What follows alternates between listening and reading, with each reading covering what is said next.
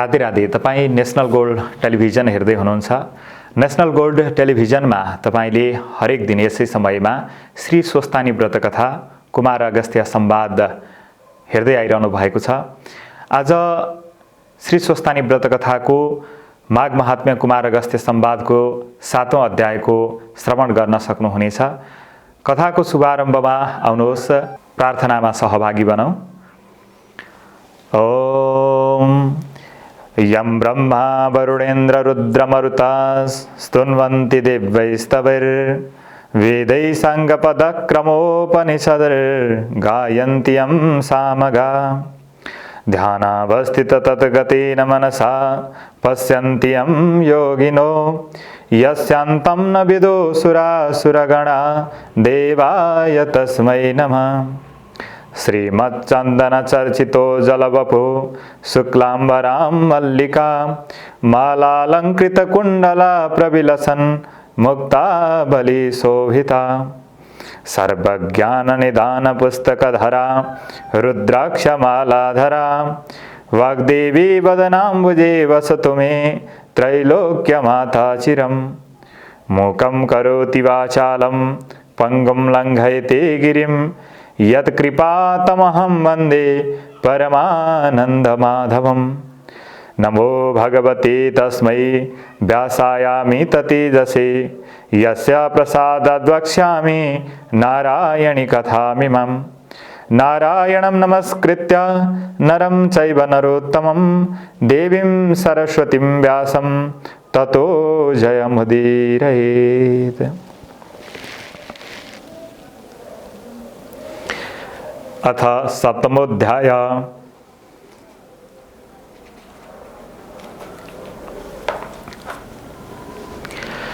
कुमारजी आज्ञा गर्नुहुन्छ, हे अगस्त्य मुनि, सतीदेवीले यज्ञ कुण्डमा हाम फालेर प्राण त्यागेको देखेर देवताहरू, यक्ष, किन्नर, दैत्य, दानव, गन्धर्व, नाग, अप्सरा आदि त्यहाँ रहेका सबैले के यस्तो अनर्थ भयो भनेर आश्चर्य र डर मानिरहे।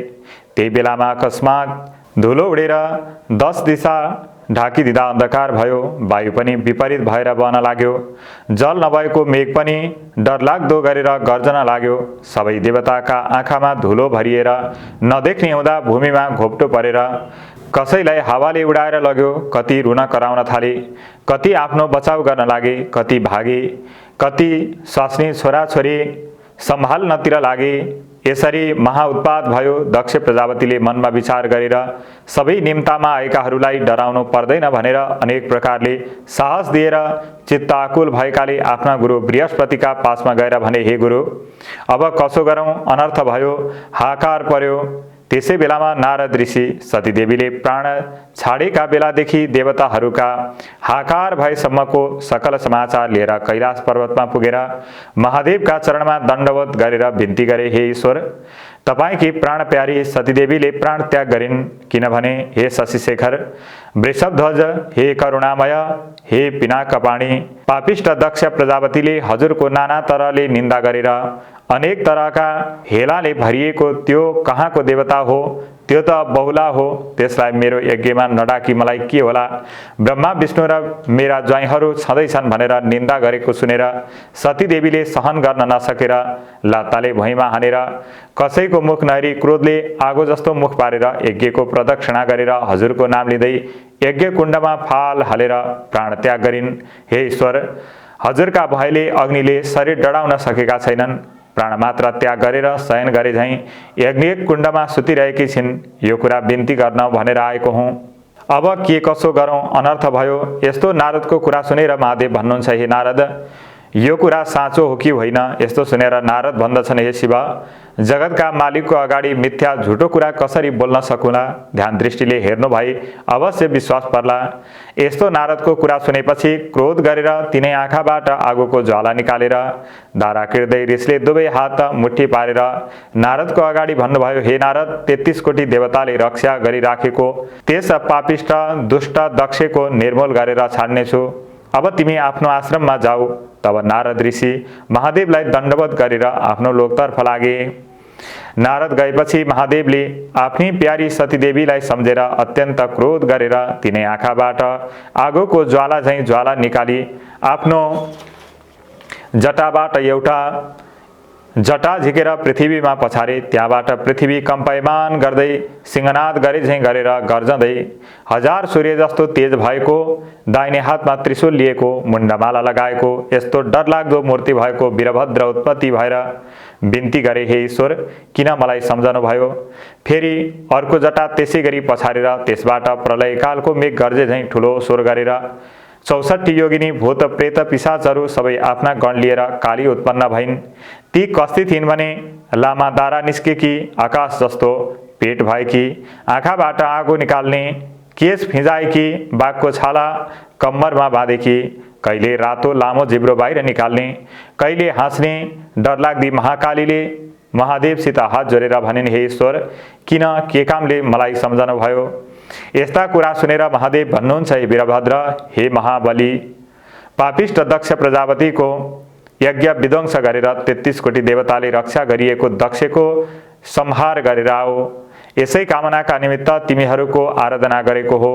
अब नन्दी भृङ्गी 64 योगिनी विषम ज्वर समेत भएर दक्षको यज्ञ चाँडै नष्ट गरेर आओ। महादेवको आज्ञा शिरोधार्य गरेर वीरभद्र महाकाली सबै गण लिएर सिंहनाद गर्दै पृथ्वीलाई कम्पाउँदै यमराज आइजै गरेर क्रोधले पूर्ण भएर कैलाशदेखि तल झरे। यिनीहरूले चालामाला देखेर पृथ्वीलाई थाम्न साह्रै गाह्रो भयो। भुइँचालो आयो, सातै समुद्र उर्लिएर यावत जीवजन्तु सबै त्राई त्राई भए। यता दक्ष प्रजापतिका यज्ञमा पनि अनेक तरहको उत्पात हुन लाग्यो। आकाशमा गिद्ध र काग मण्डलाकार गरेर कराएर घुम्न लागे। स्यालले दुवै आँखा र मुखबाट आगोको ज्वाला निकालेर कराउँदै हिँड्न लागे। फेरि रगतको वृष्टि भयो। यज्ञमा आएकाहरू हाहाकार गर्न लागे। यावत जीवात्मा त्राई त्राई भए। यस उत्पातले यज्ञमा रहेका मध्ये कोही भाग्न लागे, कोही बिचलिए। स्वास्नी मानिस, केटाकेटी, बुढाबुढी भाग्न नसक्दा भूमिमा लडेर घोप्टो परी रुन कराउन लागे। कोही अब अझै के उत्पात हुने हो भनेर त्राई त्राई भइरहेका बखत वीरभद्र महाकाली शिवगण समेत मेघ गर्जे झैँ गर्जँदै यज्ञ भूमिमा पुगेर यज्ञ विध्वंस गर्न लागे। त्यहाँ रहेका देवता, यक्ष, दैत्य, नाग, गन्धर्व, किन्नर, दक्षका छोरीहरू, देवकन्या, नागकन्या, गन्धर्वकन्या, ब्राह्मण, बालक, अप्सराहरू त्राई त्राई भगवान नारायण भनी ठुलो स्वरले कराउँदै 10 दिशामा भागे। कोही भाग्न नसकेर लडेर टाउकोले टेकेर माटो खान लागे। कसैको हात, कसैको खुट्टा मर्कियो, भाँचियो। कति मूर्छा भएर लडे। तर विष्णु प्रवृत्ति देवता, यक्ष, किन्नर, गन्धर्व, दक्षको निमित्त आफ्ना आफ्ना शस्त्र अस्त्रले दैत्यहरूले झैँ महाकाली वीरभद्रमाथि प्रहार गर्न लागे। यसरी दुवैतिरका सेना सिंहनाद गर्दै अघोर युद्ध गर्न लागे। इन्द्रादि देवताहरूले महाकाली वीरभद्र उपर ब्रह्मास्त्र, अग्न्यास्त्र, वारुणास्त्र, वायव्यास्त्र, तोमर, भिन्दिपाल, गदा, खड्ग, मुसल, नागपास इत्यादि प्रहार गरे। यसरी प्रहार गरेको देखेर वीरभद्रले पनि ती अस्त्रको निवारण गर्दै ठुलो शब्दले गर्जेर दक्षका सैन्य भित्र बलले पसेर पाएका जतिको ठाउँको निम्बोठे, हात खुट्टा भाँची, मुड्कीले हानेर रगत छदाएर मारे। फेरि महाकालीले काल खड्ग लिएर राता राता आँखा पारेर वर्षाकालको मेघ गर्जे झैँ गर्जेर सुकेका परालमा आगो लागे झैँ मृगका समूहलाई उन्मत्त सिंहले नासे झैँ गरेर क्षणभरमा नाश गरिन्। फेरि वीरभद्रले शत्रुहरूको सरवर्षाको क्रोध भएर नन्दी भृङ्गी 64 योगिनी भूत प्रेत समेत भएर देवगणमा कसैको टाउको, कसैको हात पाउ छुट्याएर मासु खान लागे। रगत पिएर कोही नाच्न, कोही हाँस्न लागे। शिवगण दक्षका सेनालाई मार्दै थिए। विषम ज्वरोले पनि दक्ष प्रजापतिका सेनाका शरीरमा पसेर अचेष्ट पारे। तब वैकुण्ठनाथ विष्णु भगवान दक्ष प्रजापतिका सम्पूर्ण सेना अचेत भएर लडेको देखेर आफ्ना शरीरबाट शीत ज्वर उत्पन्न गरेर सबैलाई चेष्टा होसमा गराए। सचेष्टा हुने बित्तिकै अनेक तरहका शस्त्र अस्त्र लिएर बत्तीको पुतली झैँ वीरभद्रमाथि जाइ लागे पनि सुकेका खरमा आगो लागे झैँ सिंहनाद गरेर एकैछिनमा सबैलाई मारे। दक्ष प्रजापतिका सेनामा कसैको शिर छैन, कसैको गिँड छैन, कसैको हात छैन, कसैको पाउ छैन। कति कम्मर करङ भाँचिएर लडेका छन्, कति थिलथिला छन्। यस्तो देखेर दक्षका सेना रक्षा गर भनेर कराउन थाले। कोही भाग्न थाले, कसैले कुलेलाम ठोके, भाग्न नसक्ने जति पृथ्वीमा लडेर कराइरहे। यसरी सैन्य विध्वंस गर्दै जति पाएका देवता 100 गन्धर्व नागहरू समातेर काटेर यज्ञमा हवन गरेर नाश गर्न लागेका वीरभद्रलाई फेरि विष्णुले राता राता आँखा पारेर नागले लामो श्वास फेरि झैँ गरेर सुस्केर हालेर अग्निको बल्दो ज्वाला झैँ भएर देब्रे हातले पाञ्चजन्य शङ्ख बजाएर दाहिने हातले कौमोदकी गदा लिएर संहार कालका रुद्र जाय लागे झैँ वीरभद्रका सेनामा जाय लागे। यस्तो देखेर देवता 100 गन्धर्व किन्नर नाग सबै दक्ष प्रजापतिका सेनाले धन्य धन्य विष्णु तिम्रो जय होस् भन्दै शस्त्र अस्त्र लिएर लड्न लागे। यस्तो देखेर महाकाली क्रोधले अग्निको ज्वाला जस्तै ज्वाला मुखबाट निकालेर 64 योगिनी भूत प्रेत प्रमथ गण भएर खड्गले काट्ने मुड्कीले हानेर मार्ने र निमोठेर यज्ञमा होम्ने गरेर दक्ष प्रजापतिको सेनालाई जसरी ठुलो वायुले बादललाई हल्लाएर टुक्रा टुक्रा पारेर नाश गर्दछ त्यस्तै गरेर नाश गरे। तब विष्णुले निर्धक्कसित त्यो गदा वीरभद्रका छातीमा हाने। त्यसको चोटले वीरभद्र तत्काल भुइँमा लडेर मूर्छा परे। फेरि विष्णुले भूत प्रेत पिशाच नन्दी भृङ्गीलाई शङ्खको शब्द गर्दै गदा प्रहार गरे। त्यसले गर्दा शिवगण पनि निकै मूर्छा परे, कोही भाग्न थाले। यस्तो अवस्था देखेर दक्ष प्रजापतिको सेना देव दानव 100 किन्नर नागहरूले धन्य धन्य विष्णु भनेर स्तुति गरेर पुष्पवृष्टि पनि गरे। विष्णुले बलपूर्वक पाञ्चजन्य शङ्ख बजाएको दक्ष सेनाले धन्य धन्य विष्णु भनेर जय जयकार गरेको शब्द मूर्छा भइरहेका महावीर वीरभद्रका कानमा पर्यो र मूर्छाबाट बिउजेर उठेर हेर्दा आफ्ना सेना कोही मूर्छा परेका, कोही भागिसकेका, कोही भाग्न तयार भएका यस्तो अवस्था देखेर क्रोधपूर्ण भएर काल समान त्रिशूल उठाएर नारायण विष्णुलाई हेरेर बेग छातीमा ताकेर त्रिशूल प्रहार गरे। त्यो त्रिशूल विष्णुका छातीमा लाग्यो। त्यसको वेदना सहन नसकेर नभई द्वारबाट रगत बगाएर रणभूमिमा लडेर विष्णु मूर्छा भए। वीरभद्रले विष्णु मूर्छा पारेपछि प्रलयकारको मेघ गर्जे झैँ गर्जेर दक्षका सेनामाथि जाय लागेर कोटी कोटी सैन्यको नाश गरे। वीरभद्र गर्जेको स्वर खप्न नसकेर दक्ष प्रजापतिका सैन्य त्राई त्राई भनेर कराएर भाग्न लागे। कति भागे पनि मूर्छा भइरहेका शिवगण काँधमा वीरभद्रको गर्जना पर्न गयो र हत्तपत्त उठेर फेरि वीरभद्र विष्णुलाई मूर्छा पारेर दैत्य सैन्य देवताहरूको नाश गर्न लागेको देखेर धन्य धन्य वीरभद्र भन्दै ठुलो गर्जन गरेर दक्ष प्रजापतिको सेनामा जाय लागे। यस्तो तरहले घोर संग्राम भयो। हे अगस्त्य मुनि, वीरभद्र महाकालीको देवताहरूको टोपी समाएर खड्गले काटेर मारे। कसैलाई मुड्कीले चोटले मारे, कसैलाई परक्क निमोठेर मारे, कसैको कोखा काखीमा प्वाल पारेर मुख लगाएर रगत पिउन लागे, कसैलाई यज्ञमा होमिदिए। यसरी कोटी कोटी देवता 100 नागहरूलाई 64 योगिनी भूत प्रेत भएर मारेर खाए। दक्ष सेना नाश भएको देखेर महाकाली वीरभद्रका सेनाले जय जय वीरभद्र भनेर अट्टहास गरेर कराएको शब्द मूर्छा भइरहेका शिव विष्णुको कानमा पर्यो र मूर्छाबाट बिउजिएर उठेर हेर्छन् त वीरभद्र महाकालीले दक्ष प्रजापतिको सेना नाश गरेको र यज्ञ विध्वंस गर्न लागेको देखे। तब विष्णु अति क्रुद्ध भएर हे पापिष्ट वीरभद्र, आज तेरो नाश गरेर दक्ष प्रजापति को यज्ञ पूरा गर्नेछु अनि सम्पूर्ण देवता दैत्य गन्धर्व नाग किन्नरहरूलाई सन्तोष होला। आज एउटा तकी एकादश रुद्र तेरो सहाय भएर आयो भने पनि तेरो रक्षा गर्न सक्ने छैनन्। सम्पूर्ण दुष्टको नाश गर्ने यो चक्र देखिस् भनेर सुदर्शन चक्र देखाए। विष्णुले भनेका परुष वाणी हेला गरेर भनेको शब्द सुनेर वीरभद्र रिसाएर विष्णुलाई भन्दछन्, हे पापिष्ट विष्णु, सम्पूर्ण दुष्टको नाश गर्ने भनेर चक्र देखाइस्, त्यो चक्र मेरा उपर प्रहार गर। मुखले भन्ने मात्र होइन, त्यसको पराक्रम पनि देखिहाल। वीरभद्रको यस्तो कठोर वचन सुनेर विष्णुले पनि क्रोधपूर्ण रूप देखाएर त्यो सुदर्शन चक्र महावीर वीरभद्रमाथि प्रहार गरे। त्यो सुदर्शन चक्र पनि कोटी सूर्यको तेज जस्तो भएर प्रलय कालको मेघ गर्जे जस्तो गर्जेर कालो रुद्र जाँदा झैँ गयो। त्यस्ता तरले आएको सुदर्शन चक्रलाई देखेर नन्दी भृङ्गी आदि सम्पूर्ण शिवगण त्राई त्राई महादेव भनेर वीरभद्र महाकालीका शरणमा गए। समुद्र मथन गर्दा कालकुट विष निस्क्यो र त्यसलाई जसरी महादेवले निलेथे त्यस्तै त्यो चक्र आएको देखेर मुख बाइदिए। त्यो चक्र मुखमा पस्यो र निल्न तयार भए।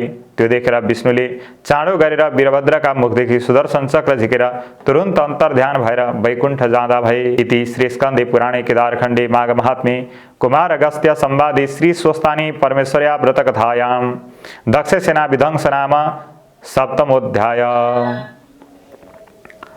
हामीले आज श्री स्वस्तानी व्रत कथाको कुमार अगस्त्य संवादको सप्तम अध्यायको वाचन श्रवण गर्यौं।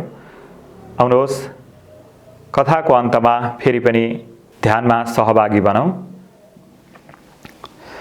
उपनयतु मङ्गलं वा सकल जगन्मङ्गलालय श्रीमान् दिनकर किरण निबोधित नवनलिन दल निवेक्षण कृष्णाः काले वर्षतो पर्जन्यः पृथिवी सस्यशालिनी देशोऽयं क्षोभरणहितो ब्रह्मणः सन्तु निर्भयाः अपुत्रा पुत्रिणः सन्तु पुत्रिणः सन्तु पुत्रिणः निर्धना सदना सन्तु जीवन्तु शरदां शतं तत्रैव गंगा यमुना च तत्र गोदावरी सिन्धु सरस्वती च तीर्थानि सर्वाणि वसन्ति तत्र यथाच्युतो द्वारकथा प्रसंग या कुन्देन्दु तुषारहारधवला या शुभ्रवस्त्रावृता या वेणावरदण्डमण्डितकरा या श्वेतपद्मासना या ब्रह्माच्युतशङ्करं प्रभृतिभिर्देवैः सदा वन्दिता श्यामां पातु सरस्वती भगवती निःशेषजाड्यापः कायेन वाचा मनसेन्द्रियैर्वा बुद्ध्यात्मना वा प्रकृतिस्वभावात्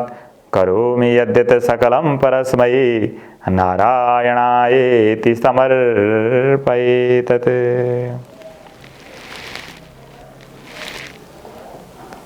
हवस् त आजको लागि श्री स्वस्तानी व्रत कथा यति नै। भोलि यसै समयमा फेरि पनि श्री स्वस्तानी व्रत कथाको अर्को अध्याय लिएर उपस्थित हुने नै छौँ। राधे राधे।